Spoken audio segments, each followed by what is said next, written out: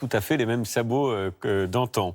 La suite maintenant de votre feuilleton du Trésor et on continue de vous faire vibrer avec les derniers préparatifs du plus célèbre concours de chansons, l'Eurovision. Ce sera samedi prochain aux Pays-Bas en direct sur France 2. Et aujourd'hui, on va revenir sur ces artistes qui ont représenté la France depuis 1956. Séquence émotion et séquence souvenir avec Alexandre Lequéré, Laetitia Harper et Olivier Sauvert. Vous ne vous en souvenez sans doute pas, mais ces stars ont participé à l'Eurovision.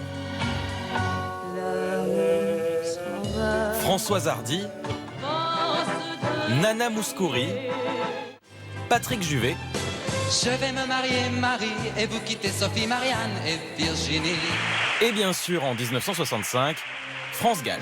Je suis une poupée de cire, une poupée de sang. Je vais te faire l'enfer. L'Eurovision, un tremplin pour le succès, un rêve pour les artistes comme Amandine Bourgeois. Je vais te faire l'enfer. Ouais, elle envoie cette chanson quand même, les gars. Je crois que j'avais plus de cordes vocales à la place. En 2013, la chanteuse toulousaine vient de remporter un concours de chant à la télé. Elle représente la France. Je vais te faire l'enfer. C'est ce soir-là que je me suis rendu compte de l'importance et de ce concours, enfin de la grandiloquence de ce concours, quoi. C'est-à-dire qu'on se retrouve là à porter le drapeau français et tu te dis ah ouais, mais en fait c'est vraiment puis il y a tous les pays, tous les chanteurs qui représentent tous les pays, c'est vraiment un gros truc, quoi. Son rock fait un flop, 23e sur 26.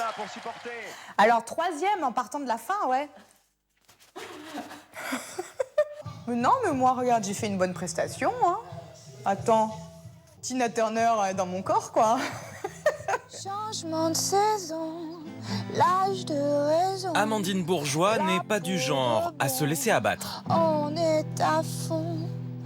L'Eurovision lui a ouvert des portes. Que des bons présages. Après, t'as ton téléphone qui sonne, t'as des contrats qui tombent, des concerts. Ouais, il y a eu plein de dates derrière.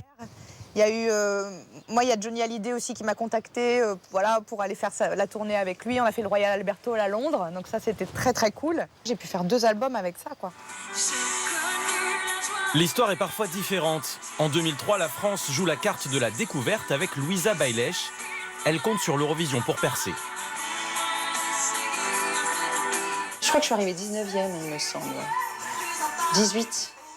Ah, c'est bien. Le succès n'est malheureusement pas au rendez-vous pour elle. J'aurais bien voulu être un peu plus proche du podium des 3 premières, mais bon, c'est comme ça, c'est la vie.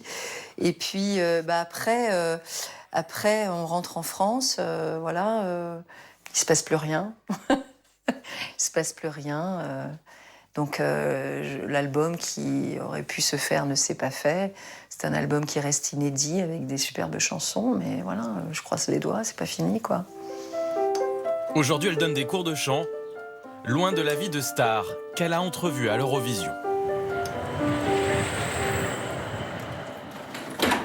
Elle, Bonjour France 2, bienvenue chez moi. elle avait déjà vendu des millions d'albums avant l'Eurovision.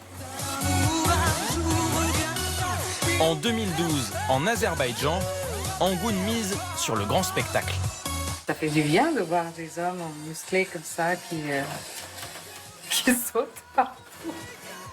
Oh, ma robe, ma tenue, incroyable. Sur place, elle découvre que ce concours, ce n'est pas qu'une histoire de chansons. Cette année-là, dans cet ex-pays de l'URSS, un vote peut-être plus géopolitique qu'artistique. Ces mamies russes créent la surprise en arrivant 2e, juste derrière la Suédoise Loreen.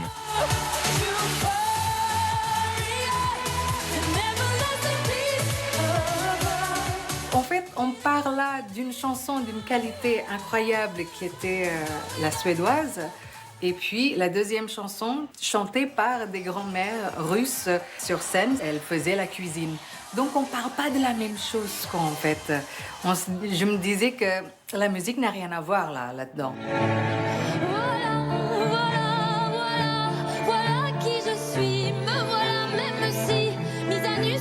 Alors la France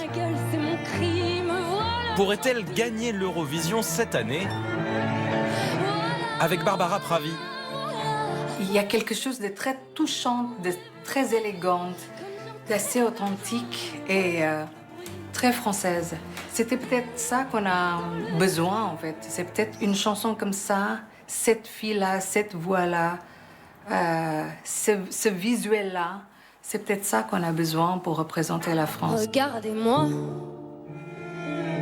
ou du moins ce qu'il en reste. Regardez-moi, avant que je me déteste. Quoi vous dire que les lèvres d'une autre ne vous diront pas? Voilà, c'est beau. Et on y croit. On ne va pas se mettre trop la pression. Réponse samedi soir sur France 2. Fin de ce journal. Merci infiniment de votre fidélité. Tout de suite, le journal météo.